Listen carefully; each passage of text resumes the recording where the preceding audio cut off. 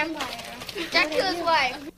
While there are some people who may be concerned about the origins of Halloween and its focus on blood, death, horror, and the occult, to millions of youngsters across the nation, it has been adopted as a time to pursue scary fun. It is an opportunity to dress up in ghoulish or fanciful costumes, to engage in the fantasy of being a witch or a vampire, ghost, or devil. Eager trick-or-treaters solicit candy door to door or bob for apples at Halloween parties. Others brave haunted houses and horror movie marathons, while the more daring visit cemeteries at midnight, play with Ouija boards, and hold seances in an effort to contact spirits of the dead. One of the biggest promoters of Halloween is the public school system. School-sponsored Halloween-themed activities often include dances, costume contests, carnivals, and arts and crafts projects. Education officials admit that more effort is usually put into the celebration of Halloween than any other holiday, including Christmas and Easter. Is the stimulation of a child's sense of fun and fear all there is to Halloween, or is there more? For many entrepreneurs, Halloween is big business, a major promotional event used to bring in billions of dollars worth of revenue.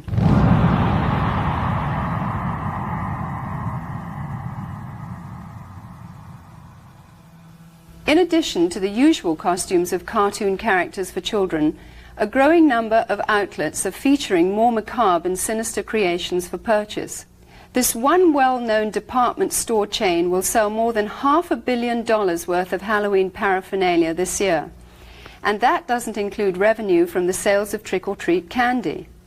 Costume shops such as this one are able to stay in business year-round as a result of the tremendous sales and rentals they receive during the Halloween rush. Farmers also view Halloween with an eye toward making big profits. Pumpkins are a traditional Halloween accessory used by households nationwide as jack-o'-lantern decorations. This one Southern California field of only 164 acres will yield nearly $250,000 to its owner. Halloween is manipulated by the promoters of horror movies and videos as a major marketing opportunity. While horror films used to be synonymous with B-movies and considered the conventional low-budget industry standby, today they account for nearly 20% of all of the revenue received by feature film producers and distributors. The success of the technical revolution in special effects has attracted serious film directors to produce well-crafted, elaborate horror productions. A recent visit to the Video Software Dealers Association exhibition in Las Vegas showed that the two biggest selling artistic genres were pornography and horror. Hollywood is continuing to capitalize on society's growing craving for the occult and demonic. The irony is that while these producers label such films as fun and make-believe, many of them hire practicing witches or Satanists as technical advisors who ensure the authentic reproductions and performances of rituals, sacrifices, spells, and curses. People are so hyper during the day, they need to come home and watch something that's totally unreal so they can release themselves from all the pressures. It's just the type of thing that makes you laugh and forget about life. Over the last 2 decades, most horror films have become far more graphic in their depictions of violence and cruelty. Movies affectionately known as splatter films routinely detail torture and dismembering of bodies, drinking of blood, cannibalism, rape, and a host of other grotesque atrocities. Well, we think it's pretty fun. A lot of people just like it because it's fun, it's wacko, it's not real, and so it's just the type of thing that people like to watch because you don't have to think reality when you watch it. When it comes to gore or splatter or any other particular genres, the justification lies in our Constitution. I don't feel anybody has the right to tell me what I can or cannot watch. Most of these films receive R ratings, which mean that children under 17 cannot view the film or rent the video without the accompaniment of an adult. Yet this precaution is seldom enforced. for 15 is the average age of those who see these films. While many producers claim that these gruesome spectaculars are merely fun and not dangerous to the psyche of our youth, many of the scenarios from the horror films are duplicated in copycat crimes which make for sensational headlines.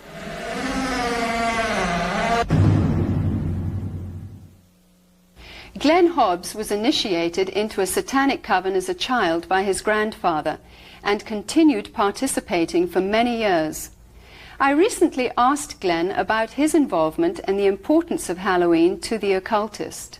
Well, my involvement in satanic worship was, I was involved in it as a child. Of course, I was a generational Satanist, what they call a generational Satanist, and what that means is that my family was involved in it and their family before them. Now, my earliest rememberings of Halloween and some of the things that were involved was, it was a very dark time for me as a child. It was something that I didn't enjoy. Glenn, could you tell us about your involvement in any rituals at Halloween as a child? There was another little girl that was involved in the occult with me, and her name was Becky. Now, Becky was a different type of child. She was blessed to be a sacrifice. I was being blessed to be a high priest, where she was being blessed and born into the coven there to be a sacrifice. Now, we were in a ritual where we were married together. It was a marriage to the beast, and me and the little girl were married together, and there was a lot of sexual abuse that took place and a lot of blood that was spilt over us, joining us together. When do Halloween rituals actually begin, and what is the ultimate purpose of Halloween? Well, the ritual that I remember the most clearly began about the end of September. Me and the little girl, the one I mentioned named Becky, the abuse was very concentrated at that time. We were taken into several rooms where our clothing was removed. We spent the next couple of weeks in a kind of a shack where a lot of rituals went on, where a lot of animals were killed. They summoned Lucifer and his spirit to come and possess me, and so that I would be blessed to take over the position of the high priest at a certain point in time. Now, Halloween night, they had again put me and the little girl in the back of this van, and we again drove off, which seemed like for a long time. We were drugged once again, and we finally came to this stop. They took the little girl out and they left me in the van. I could hear a lot of commotion that was going on outside. People that were screaming and yelling, and this low murmuring and moaning noise that was going on, like some kind of a low chanting noise that was going on. So I knew in my mind there was some type of a ritual going on, because I'd heard that many times before. You know, it was real common to see people fall on the ground and convulse and go into convulsions during rituals and stuff with the demonic presence that were around.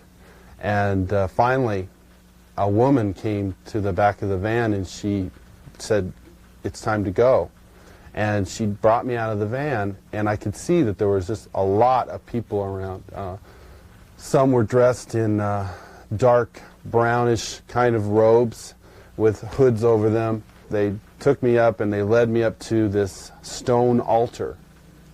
And I remember I saw the little girl, and she was on the altar. Now, at first, you know, I just wondered what was going on, because you never knew. I mean, they used the altar for a lot of different things. They could have just been sacrificing an animal over, could have been a sexual abuse from the high priest onto her. You know, it was a hard thing to know for sure. Well, they ushered me up to the altar, and I could see that they had bound her feet.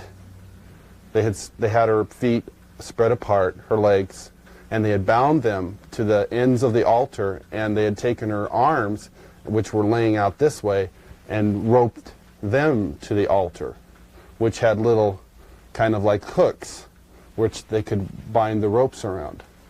And she was really white. I remember seeing her, and she was just real pale and real white. And I noticed that they had slit the bottoms of her feet and her wrists. And they were taking the blood that was running out of those areas and putting them into chalices and passing those cups around to different people who were partaking of her blood. Then the high priest, he took the athami, or the ritual knife, and he picked it up and he put my hand on it, and then he forced it into her chest. So when I think back on Halloween, you know, over that period of time that happened, you know, that was the climax event, Halloween night, where they killed that innocent little girl. And this is something that's happening every Halloween. That's not just an isolated event. I mean, there are children all over the world who are losing their lives during Halloween night, and yet we, as a society, we go out and celebrate it, and we go door to door and we ask for candy, and it's a big celebration to us. And I think it's quite ironic how one group of people are thinking it's fun and another group of people are taking human life, and yet they don't, you know, there seems to be this wall and nobody wants to face the facts of what's really going on. Today, reports from all over the world show a growing concern over the mushrooming attraction towards the occult. Heinous crimes connected with the occult, according to police, are reaching epidemic proportions. Halloween is the time when community service organizations warn that children and animals are most likely to be abducted. Glenn, you've now been a Christian for some time. What is your reaction when you see Halloween celebrated by people? Whenever Halloween time starts coming around, about the 1st of October, you go into the stores, you see the costumes, you see the mother with her little girl putting the witch's hat on her, and the little boy getting excited about getting the devil mask, and you see the candy, you see the Halloween pumpkins, you see people decorating their houses with skeletons and all these symbols of death. You know, it only serves to bring back horrifying memories to me. Memories of death, memories of children being so abused, so ripped of everything, their character, all in the name of Satan. If a person could really stop the next time they go into that store and realize that there are children who are going to lose their life because people are taking this a step further. There are people out there who don't just celebrate Halloween with trick-or-treat candy. This is a religious holiday to them. This is something that is holy and sacred, and they are taking innocent human life. I can't say, go ahead and have Halloween fun.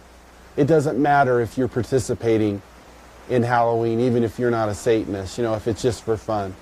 No, because these Satanists are using this as a smokescreen. Glenn, you said that Halloween is a religion of Satan. What do you think when you see churches and Christians celebrating Halloween?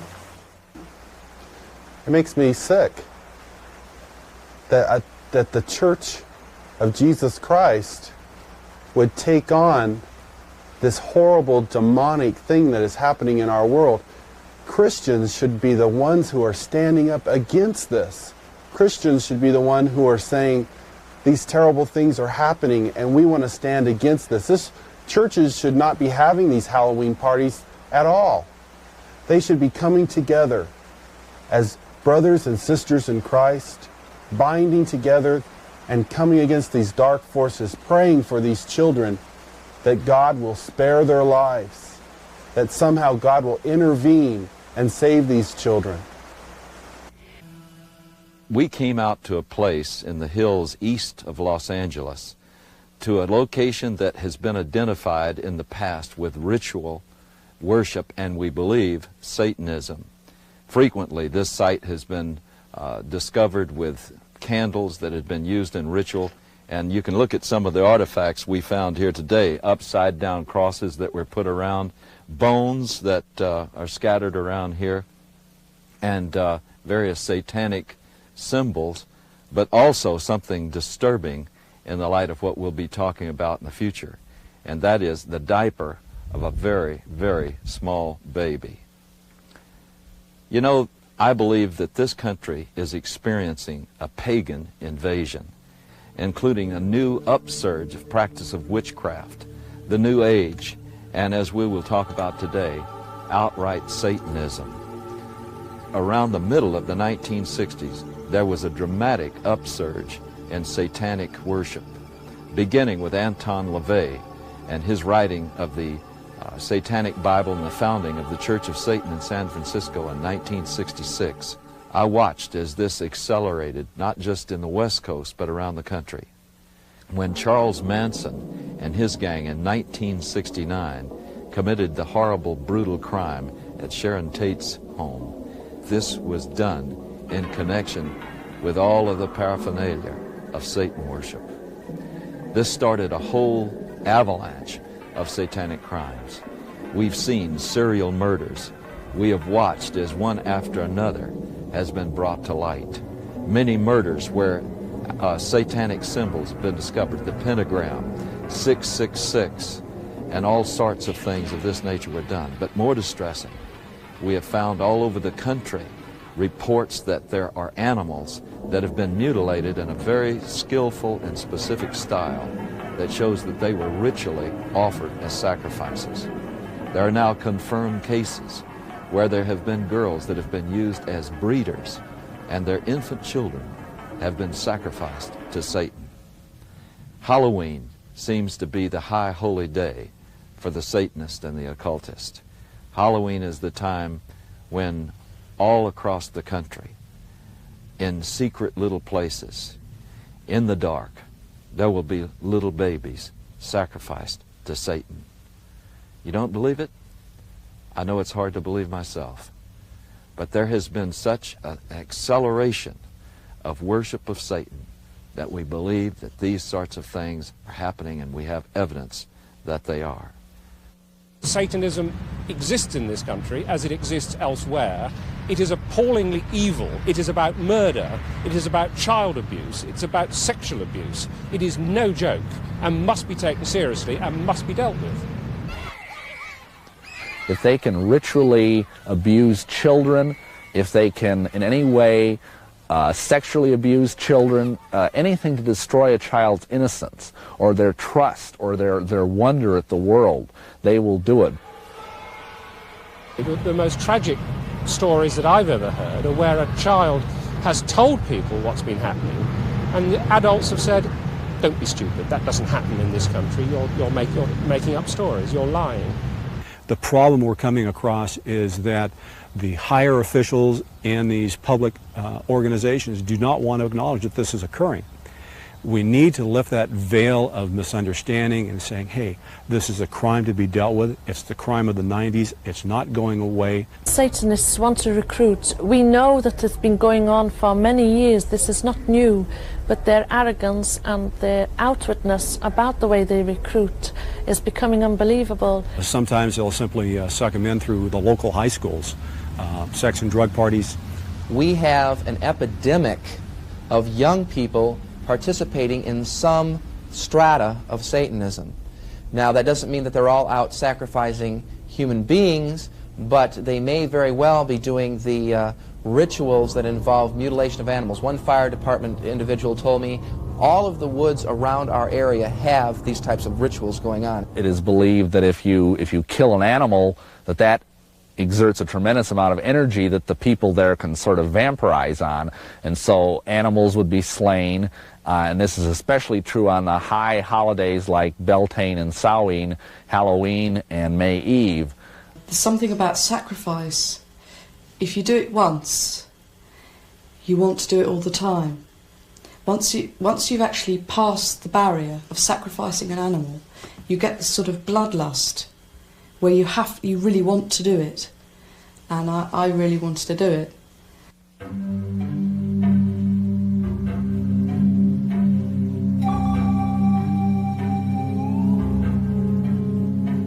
This lady in a black robe came forward with this little baby. And at first I didn't realize it was a real baby. And she just laid it on the altar. It was breathing, but it wasn't crying. And then the high priest just took the athame, or the ceremonial dagger, and just cut the baby's throat and caught the blood in a chalice. At that point, I was staggering, reeling. I thought I was just going to throw up. I just couldn't believe it. But by then, I was so scared that I just stood there. And then when I was led forward, I thought, this is it. It's your turn. They're going to kill you. And I was lifted up onto the altar. Now, I at that time was still in white. It was part of a sacrifice known as the Sacrifice of the White Virgin. And the same blood that had come from the baby was daubed all over my body. Then the high priest raped me. And I think at that moment, I was just, the fact I was still alive went through my mind. I thought, you're still alive. I then had to sign in blood a parchment stating that I would never, ever reveal what had happened in a coven. If I did, I would die. Are human beings being sacrificed? Yes, they are. There's a lot of things that I would look for to make a determination on a ritualistic crime. It could be marks that are found at the scene. It may be things like a pentagram. It may be an upside-down cross. It could be, again, the number 666. It could be a loss of blood in the body, certain parts removed in a certain manner. They're victims. Some were targeted for specific reasons. One, because they wouldn't join. Two, because they did join and they want to drop out. Some of their victims are themselves. They voluntarily do it. In many satanic groups, a mother will be asked to sacrifice her own child to Satan, and she may even, in fact, be ritually impregnated to do that. She may even specifically have been impregnated, and then when the child is born, they never register the child as being born, and they kill it in a very horrible way, and sometimes the mother herself is actually asked to do it. Some of you may not even believe what you've just seen. You may believe that this is just something that's aberrational and that it just doesn't reach the mainstream of America. But just think about some of the headlines we've had recently. The case in Matamoros, where a group in Mexico were practicing human sacrifice, where they kidnapped and actually sacrificed several innocent young people. And think about the Night Stalker case here in Los Angeles, with Ramirez brazenly flashing the satanic symbol and saying, "Hail Satan," and holding up his palm with a pentagram in it. And yet Ramirez was convicted of some of the most brutal crimes that we've ever seen in this civilized society. One case where he caused the woman to say, "Hail Satan," while he was raping and sodomizing her alongside of her husband, whom he had already murdered. These are things that were done as a result, I believe, of getting involved in Satanism. The real Satanists, the hardcore Satanists, are involved in criminal activity, and for that reason they are going to try and look as normal as possible, the better to be able to deceive you. They're doctors, they're lawyers, they're teachers, they're oftentimes people who are in positions of great influence over small children.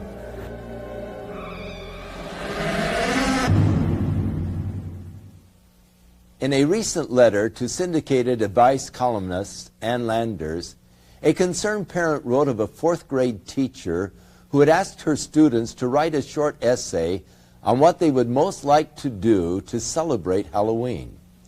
80% of her 9-year-olds expressed the wish to kill somebody. It is easy to see how Halloween's ambiance can promote an unhealthy desire for violence. All of today's seemingly innocent Halloween customs and symbols have their origins in the ancient Celtic Day of the Dead. For example, the practice of trick or treat is from Celtic tradition, where people gave food in return for blessings from spirits of the dead. Failure to supply treats would result in demonic retaliation. Jack-o'-lanterns grew out of the Celtic tradition of carving the faces of demonic spirits on turnips and later on pumpkins. The World Book Encyclopedia says the apparently harmless lighted pumpkin face of the jack-o'-lantern is actually an ancient symbol of a damned soul. Candlelit pumpkins, or skulls, at a home signified that the occupants were sympathetic to Satan and would therefore receive mercy by spirits and trick-or-treaters on their Halloween rounds. Perhaps the most sickening of all Druidic New Year practices were the human sacrifices which occurred at midnight. Adults and children alike would be thrown into huge fires while the celebrants danced around them in demonic fits of abandon. By morning's light, only ashes and bones would remain. These were called bone fires, which is where we get the tradition of bonfires today. The Druids believed that black cats were reincarnations of the evil dead and were possessed with supernatural power and knowledge. Bobbing for apples was part of the Druidic New Year sexual divination ceremony of fertility. The broomstick and witches' hats were originally considered phallic symbols. When used in the rituals of witchcraft, these objects supposedly transform the sexual energy released during orgasm into psychic energy. By understanding the pagan origins of Halloween, we can no longer claim ignorance.